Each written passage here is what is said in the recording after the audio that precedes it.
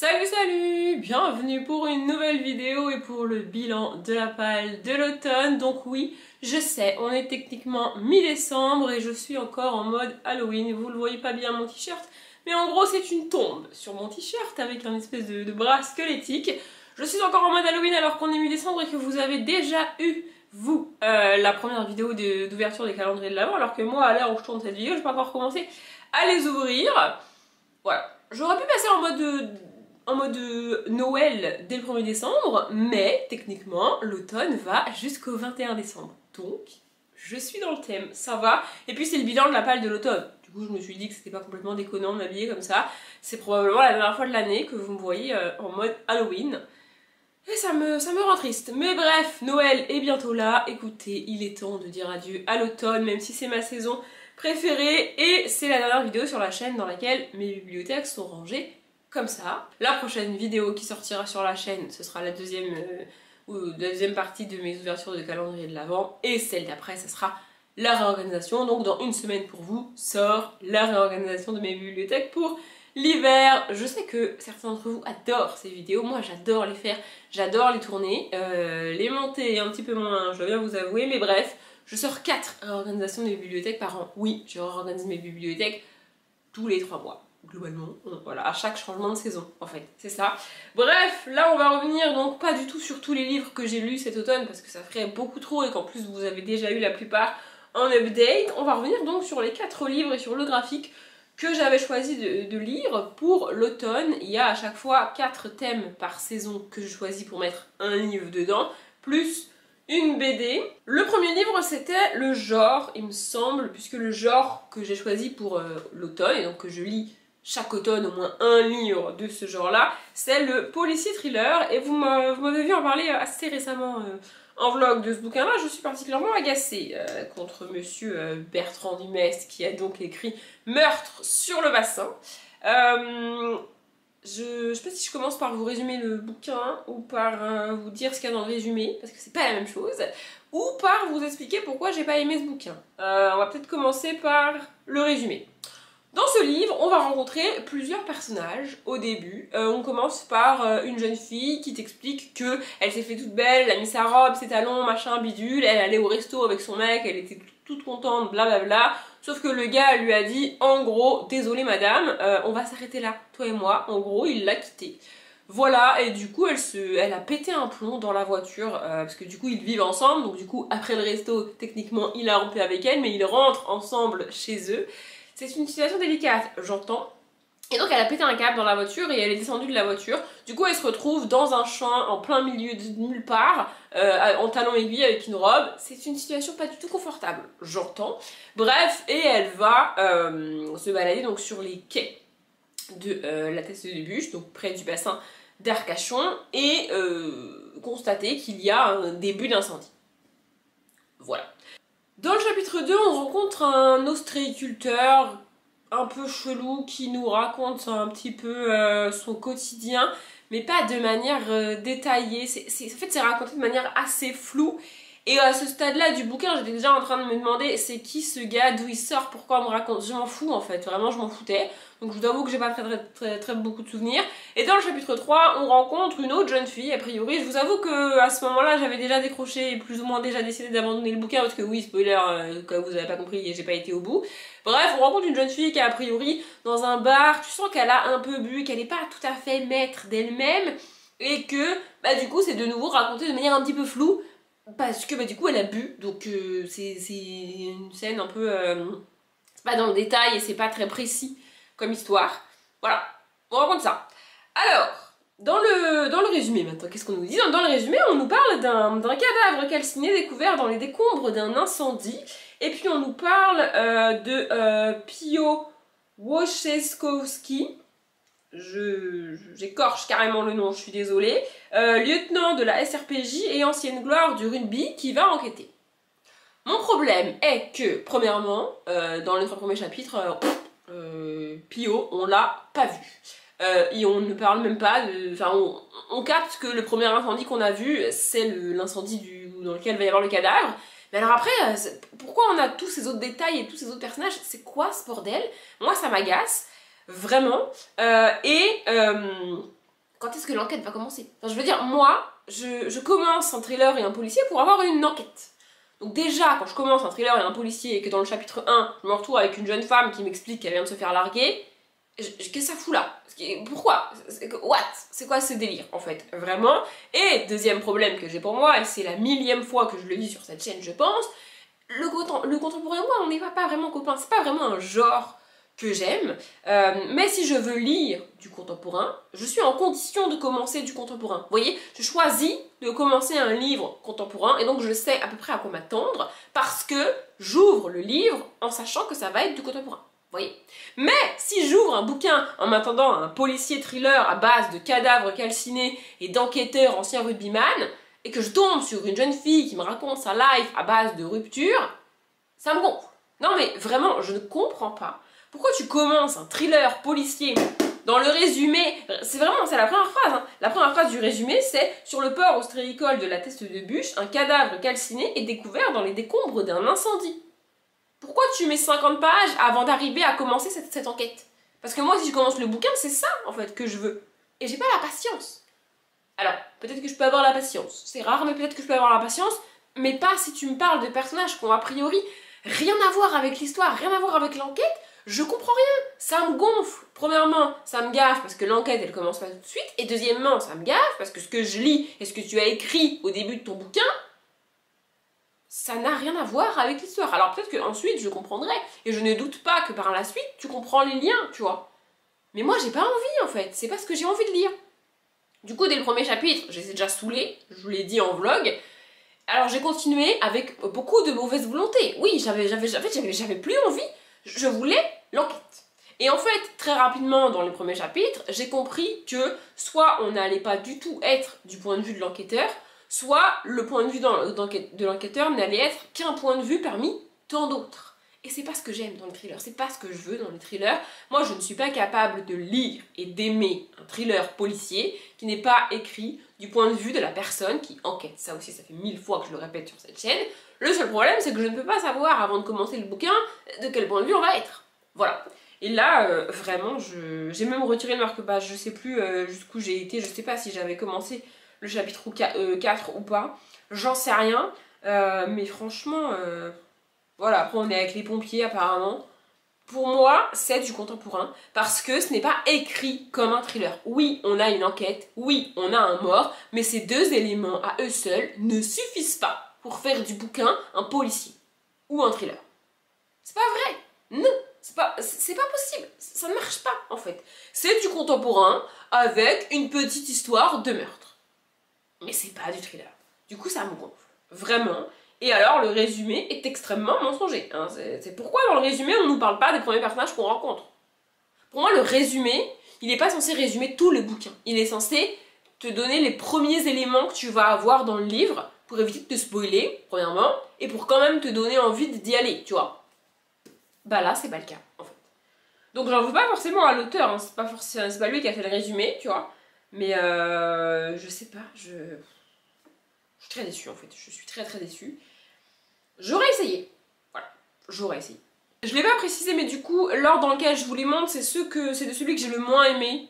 Je pense que ça vous avez compris. Ah, celui que j'ai le plus aimé, du coup. Je pourrais vous les présenter dans l'ordre dans lequel je les ai lus, mais par exemple, si je vous les présente dans l'ordre dans lequel je les ai lus, ça veut dire que là, je finis par le Bertrand Dumestre, et j'ai pas vraiment envie de finir la vidéo sur une note négative comme ça. Donc je les présente dans l'ordre de celui que j'ai le moins aimé à celui que j'ai le plus aimé. Et du coup, le deuxième pour cette vidéo, c'était le tome 1 que j'avais choisi. Et donc, c'est Nelly et Phileas, détective Globetrotter, tome 1, le crime de Whitechapel, de Roselyne Pendule. J'avais tellement hâte de lire ce bouquin. Il m'appelait ce livre, vraiment, depuis que je l'ai découvert par hasard, je l'ai acheté par hasard. Et alors, vraiment, le crime de Whitechapel, évidemment, c'est donc Jack l'Éventreur à Londres, tout ça. Et c'est un truc qui m'appelait. J'adore Jack l'Éventreur.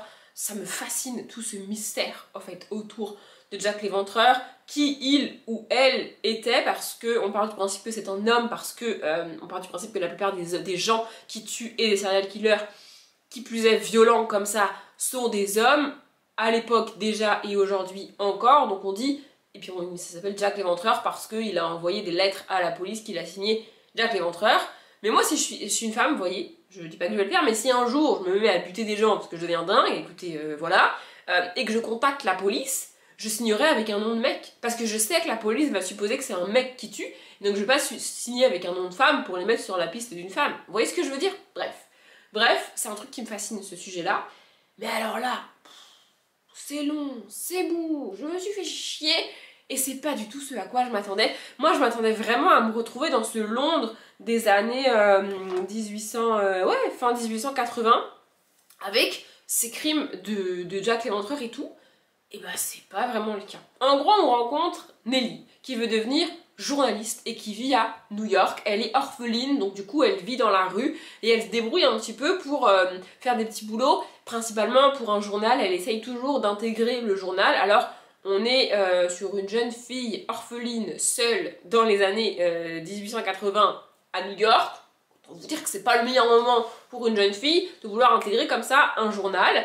Mais au début du bouquin, elle a une conversation avec le directeur d'un des plus grands journaux de New York, je sais plus c'est lequel, peut-être le Times, j'en sais rien s'il existait à cette époque-là, mais en tout cas, on va dire que c'est l'équivalent du Times de cette époque-là, vous voyez ce que je veux dire. Et elle lui dit, en gros, elle passe un marché avec lui, que si jamais elle arrive à avoir un scoop de ouf, un article de dingue, il le publiera et il lui offrira un stage, un espèce de petit job, un truc, vous voyez. Le directeur, il est convaincu qu'elle y arrivera jamais, donc en gros, il lui dit oui pour qu'elle dégage. Elle dégage, et là, elle va entendre parler d'un meurtre qui a eu lieu à Londres. Et en fait, on est quelques mois après les premiers meurtres de Jack l'Éventreur. Et donc, c'est un événement, un meurtre qui rappelle Jack l'Éventreur. Et donc, on a tendance à croire que c'est lui, alors qu'en fait, c'était pas forcément lui, vous voyez. Et donc, du coup, elle va se débrouiller pour monter sur un bateau, à l'époque, et rejoindre Londres. Mais alors, déjà, toute cette partie-là, ça prend des plombs avant que l'enquête ne démarre. On est en jeunesse, donc ça se lit quand même assez bien, quand même assez vite. Et ensuite, donc du coup, elle arrive à Londres et elle va rencontrer donc Phileas, comme c'est marqué dans le titre. Et l'enquête va plus ou moins démarrer. Mais vraiment, c'est très très lent, c'est très mou. Vraiment, c'est mou.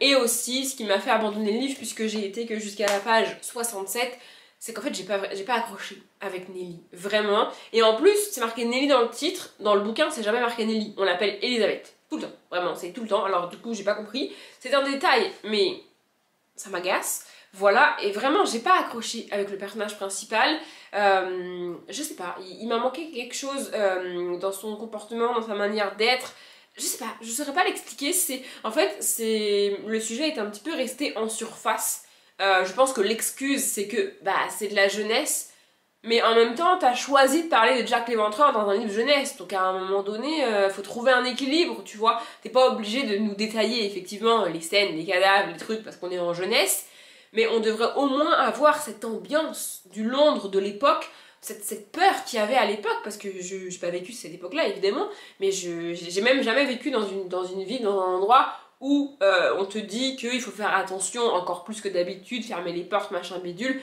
parce qu'il y a un tueur en série qui se balade. J'ai jamais vécu ça, mais je suppose que ça doit être terrifiant comme époque. Vraiment, à la nuit tombée, c'est horrible. En plus, on est en hiver, donc la nuit tombe tôt, un peu comme en ce moment pour nous, parce que même si on est en automne, voilà. Mais oui, vraiment, j'ai pas... En fait, j'ai pas trouvé dans ce bouquin ce que j'espérais y trouver. Et alors, ça m'arrive de pas trouver ce que je voulais et de quand même lire le bouquin, de quand même être capable de me détacher de ce que j'attendais pour juste lire ce qu'on me propose dans le livre, mais là j'ai pas réussi. Vraiment, du coup je suis très déçue. Je pense que il doit y avoir d'autres bouquins, jeunesse ou pas, écrits sur Jack l'Éventreur, mais des bouquins fictifs. Je préfère les bouquins fictifs aux bouquins... parce que je pense qu'il y a des bouquins qui retracent l'histoire de Jack l'Éventreur et tout. Et en fait, voir ce bouquin que je connaissais pas, ça m'a donné envie de lire sur le sujet, et là-dedans je n'ai pas trouvé ce que je voulais. Donc je pense que je vais me renseigner sur d'autres livres écrits sur cette histoire parce que j'ai envie en fait. Et là-dedans, en fait, je suis restée sur ma faim. Voilà. Du coup, si vous connaissez des bouquins sur le sujet, je suis preneuse. Le troisième livre que je présente, et c'est rare que je présente ce livre-là en cette position-là, normalement je le garde pour la fin.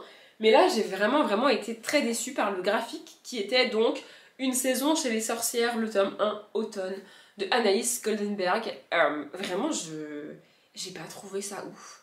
j'ai été déçue, voilà. En gros, on est dans une forêt avec des sorcières vivent près de cette forêt, plus ou moins dans cette forêt, et on est en gros à la fin de l'été, au début de l'automne, et elles organisent une fête pour le début de l'automne, parce que c'est une saison importante pour elles, donc voilà, il y a toute une fête qui est organisée, tout un processus, et il y a presque un rituel, et il y a une espèce de chasse au trésor qui est organisée pour trouver, je crois que c'est la première feuille rouge ou un truc comme ça, donc qui symbolise vraiment l'arrivée de l'automne. Voilà, donc toutes les sorcières se baladent dans la forêt jusqu'à trouver la feuille rouge, et tu gagnes le concours, tu gagnes je sais plus quoi si tu trouves en premier cette feuille là, et donc voilà, toutes les sorcières, enfin toutes celles en tout cas qui veulent participer, partent dans la forêt à la recherche de cette feuille, et il y a deux sorcières assez bizarres qui vont trouver un coin de la forêt qui est en train de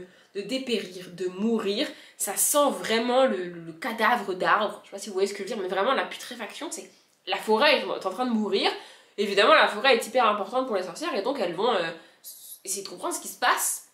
Elles choisissent d'attendre la fin de la fête pour prévenir les autres de leur découverte, et en fait rien que ça donne un sentiment de longueur en fait, parce que du coup elle trouve ça, c'est censé être le début de l'histoire, de l'enquête, tu vois, et en fait bah non, du coup elle trouve ça, mais non, on va attendre la fin de la fête, machin bidule, gnagnagnan, et après on le dit aux autres, et puis les autres elles débattent, elles réfléchissent, et j'ai trouvé ça vraiment long à lire, c'est dommage, parce que en fait ça aurait pu être beaucoup plus dynamique que ça, et c'est pas le cas. Vraiment, alors je dirais pas que c'est, avec le recul, je dirais pas que c'est une mauvaise histoire, je dirais même pas que c'est mal raconté, c'est un choix de l'autrice, mais à moi ça m'a pas plu raconter comme ça. J'aurais préféré que ça soit fait autrement, j'aurais beaucoup plus aimé l'histoire et le bouquin si ça avait été écrit autrement, et du coup le style de l'autrice ne me convient pas, et donc je ne lirai pas la suite, et je vais même pas garder ce graphique là, je vais m'en séparer. C'est dommage parce qu'il est vraiment très très beau. Il y a juste un truc que j'aime pas, je vais essayer de vous montrer. Les illustrations sont vraiment cool, on a des petites illustrations comme ça, voilà, et on en a des grandes en couleur qui sont vraiment très belles, comme ça je vous les ai déjà montrées, mais vraiment j'adore. Par contre, le seul truc que j'ai pas compris, c'est pourquoi les pages sont blanches et l'écriture est sur fond jaune encadré comme ça. Pourquoi ne pas avoir fait toutes les pages jaunes en fait? Si vraiment tu veux faire les pages jaunes, fais toute la page en jaune. Pourquoi tu fais un carré au milieu? Je sais pas, mais ça fait un truc, je sais pas, je trouve que ça fait un truc chelou du coup. Je sais pas, j'ai pas compris pourquoi toute la page n'était pas jaune beige, vous voyez. Vraiment, je sais pas, ça fait je sais pas comment expliquer, mais ça donne un effet bizarre au bouquin, et c'est dommage. Mais voilà, c'est pas un mauvais livre, c'est juste que j'ai pas réellement aimé. Voilà. On va enfin passer sur les livres que j'ai terminés et aimés, parce que la BD je l'ai terminée, mais clairement la BD si elle avait été sous forme de roman je l'aurais pas terminée. Vous voyez, là je l'ai terminée parce que c'est quand même rapide à lire. Bref, on va passer donc sur des livres que j'ai été contente de lire, que j'ai apprécié. Le premier c'est Scary Stories, histoire effrayante à raconter dans le noir de Alvin Schwartz, illustré par Stephen Gammel. C'était vraiment très très chouette. En gros, c'est plein de petites histoires qui parlent de fantômes, de mystères, d'événements un petit peu surnaturels, un petit peu creepy. Il y a toute une partie qui est écrite comme si c'était des histoires que tu te racontes vraiment le soir au coin du feu, en pleine forêt. Vous voyez ce genre d'histoire avec des... Il y a l'histoire en elle-même, et puis entre parenthèses, il y a des informations sur comment raconter l'histoire, quoi faire. Par exemple, avant de dire telle phrase, tu te rapproches de quelqu'un et tu lui dis très très proche, ou tu lui cries justement à la figure.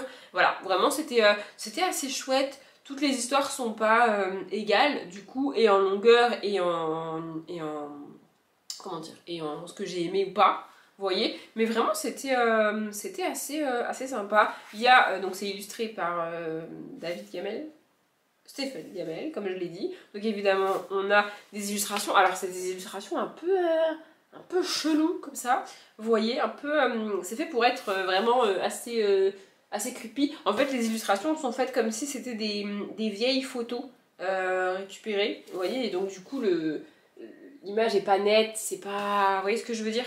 C'était vraiment assez sympa à lire, franchement pour Halloween c'est parfait, donc Halloween l'année prochaine pour vous, du coup puisque là on va passer en mode Noël comme je l'ai dit, mais ça vous empêche pas de le lire à Noël, hein. Vraiment si vous voulez lire ça à Noël, vous pouvez. Alors en mode calendrier de l'avant c'est un peu tard à l'heure où sort cette vidéo vous me direz, mais c'est pas trop possible parce que il y a beaucoup d'histoires et les histoires sont tellement courtes, genre il n'y a pas 24 histoires, c'est parfait pour ça, mais ouais franchement j'ai trouvé ça assez cool, et en plus j'aime pas les recueils de nouvelles d'habitude, je savais en commençant que c'était une forme de recueil de nouvelles, même pire que ça puisque les histoires sont vraiment très courtes. Vous voyez par exemple là, l'histoire elle est complète, si vous voulez faire pause et la lire, l'histoire là elle est complète, donc c'est vraiment des histoires très courtes, et donc j'aime pas les recueils de nouvelles d'habitude, mais là je sais pas, vraiment j'ai bien aimé, je me suis prise au jeu, j'ai trouvé ça très cool, je l'ai lu vraiment pas très loin d'Halloween, en mode ambiance Halloween tout ça, et c'était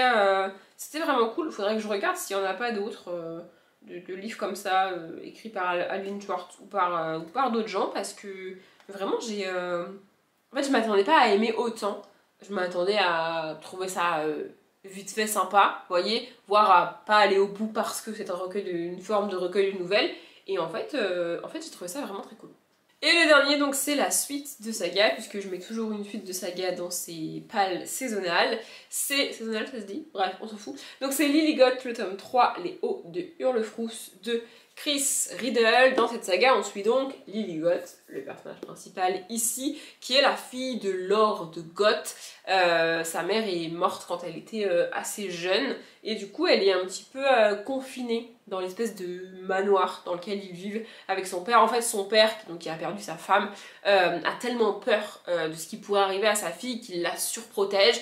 Et donc elle est confinée vraiment dans ce manoir, elle a l'école à domicile, elle a très peu d'amis, très peu de visites, et lui, Lord Goth, il fait des voyages d'affaires et tout, donc elle est majoritairement seule, et donc dans chaque tome, on retrouve Lily à un moment où il y a justement un événement qui est organisé au manoir de Lord Goth, donc avec en général des invités et des événements qui se passent. Dans les premiers tomes, il y a surtout une petite enquête aussi, parce qu'il y a à chaque fois un personnage qui fait des trucs bizarres, et donc Lily, qui s'ennuie royalement, enquête et essaye de comprendre ce qui se passe. J'ai bien aimé les 2 premiers tomes, mais alors celui-là, je l'ai trouvé absolument génial. Il y a un concours qui est organisé, il faut que je retrouve le nom, attendez. Voilà, donc en fait il y a un concours littéraire canin qui est organisé, et à ce concours littéraire canin il y a plein de personnages donc, qui sont invités avec leurs chiens, vous aurez compris. Et en fait c'est que des références à des auteurs et des autrices connus, j'ai trouvé ça absolument génial. Donc on a Charlotte, Emily et Anne Bonté, on a Anne Rustine, on a William Takacroire, on a George Eliot, Amy Dickens, on a aussi un truc Phoebe Brin de Fer, un truc comme ça. Vraiment il y en a beaucoup, il y en a plusieurs, il y a même des rêves je pense que j'ai pas vu et que j'ai pas tout simplement, mais j'ai trouvé ça vraiment chouette. En fait j'aime quand il y a ce genre de références dans les livres jeunesse, parce que ça fait une espèce de double lecture. Alors pas forcément pour d'un côté les enfants, de l'autre côté les parents, mais pour d'un côté les gens qui ont les refs et de l'autre les gens qui n'ont pas les refs. Si t'as pas les refs, t'as juste pas les refs, tu vois pas le truc, mais c'est pas gênant en soi pour suivre l'histoire et pour comprendre ce qui se passe. Et si t'as les refs, ça te rajoute un petit truc en plus, sans t'empêcher de suivre l'histoire et de comprendre l'histoire. Vous voyez ce que je veux dire? Je trouve ça hyper intelligent, hyper cool, vraiment. Et puis ça peut donner envie aux enfants de découvrir du coup les sœurs Brontë, Jane Austen et tout. Alors je dirais que pour les enfants qui lisent ça, Jane Austen honnêtement c'est peut-être un petit peu trop compliqué, à pas se mentir. Mais ouais vraiment j'ai trouvé ça hyper chouette, et je l'ai dit, c'est le tome que j'ai préféré des 3, j'ai adoré. Et donc en fait avant de commencer j'avais un doute sur est-ce que les Hauts de Hurlefrousse c'est une référence aux Hauts de Hurlevent, et la réponse est clairement oui, évidemment. Vraiment j'ai trouvé ça hyper cool, hyper chouette. Je l'ai lu il y a un moment maintenant, parce que je l'ai lu sur le week-end d'Amil que j'ai fait au mois de septembre il me semble, et j'en ai un très bon souvenir encore, voilà. Et à la fin on a un petit livre comme ça. Voilà, en gros c'est que des images dedans il me semble. Ah non, il y a un peu de texte dans celui-là. Voilà, c'est vraiment un mini livre qui se range à la fin du bouquin. Là vous voyez il y a une petite pochette, et tu je le mets dedans quoi, vraiment alors c'est un détail, c'est le cas dans, pardon je perds ma voix, c'est le cas dans chacun des tomes, vraiment, mais je trouve ça hyper cool. Et puis les livres en eux-mêmes sont en hardback, sans jaquette, avec ici des argentures, enfin, des dorures argentées, je sais pas si vous voyez ce que je veux dire, mais bref, je les trouve vraiment magnifiques. Quasiment tous les livres de Chris Riddle sont comme ça, et il y a 3 sagas en tout que j'ai commencé de lui, et enfin une même que j'ai fini, et j'adore, vraiment je les trouve, en fait j'adore tous les objets livres, les illustrations, l'histoire, les personnages. Alors j'aime pas tout de la même manière, mais ce sont des livres vraiment, vraiment très cool pour des cadeaux de Noël si vous cherchez, franchement, franchement c'est pas mal. Pour tout vous avouer, j'ai été interrompue plusieurs fois au cours de cette vidéo, notamment par mes voisins qui ont fait des allers-retours dans le couloir pour récupérer leurs fichues décoration de Noël. Alors au moment où sort cette vidéo, c'est d'actualité hein, de décorer pour Noël. Au moment où je la tourne, pas vraiment selon moi, mais écoutez, chacun fait comme il veut, bref. Donc je n'ai aucune idée de combien de temps dure cette vidéo. J'espère que j'aurai réussi au montage à faire un truc un petit peu cohérent pour vous et surtout une vidéo pas trop longue. Je m'arrête là. Comme d'habitude, je vous souhaite une bonne journée, un bon après-midi, un bon appétit ou une bonne nuit. Et je vous dis à bientôt.